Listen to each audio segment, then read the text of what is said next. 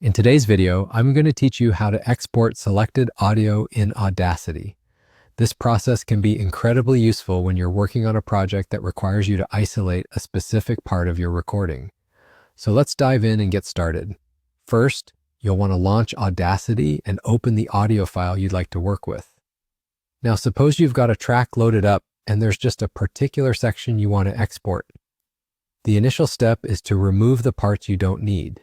To do this, simply click and drag to highlight those unnecessary parts of the audio. Be sure to do this for any other sections that you don't want in your final export. This ensures that you are left with only the segment you wish to keep.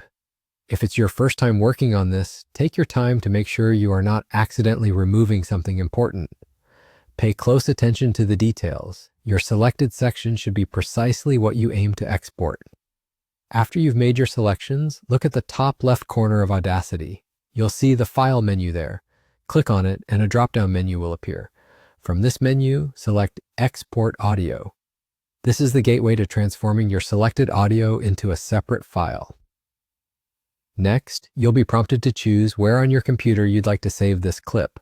Navigate to your preferred folder, give your file a suitable name, something recognizable and easy to find later on, then proceed to the next option.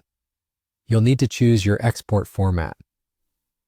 Audacity offers several format options, but the most common ones are MP3 and Wavy.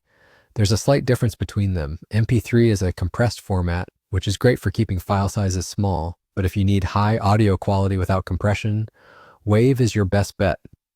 Decide based on your needs, whether you prioritize file size or audio quality.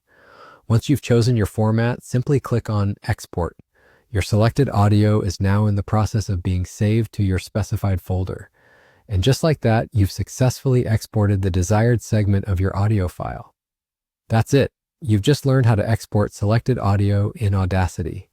This technique is especially handy for tasks like creating sound bites from longer interviews or when you want to extract specific highlights from a recording.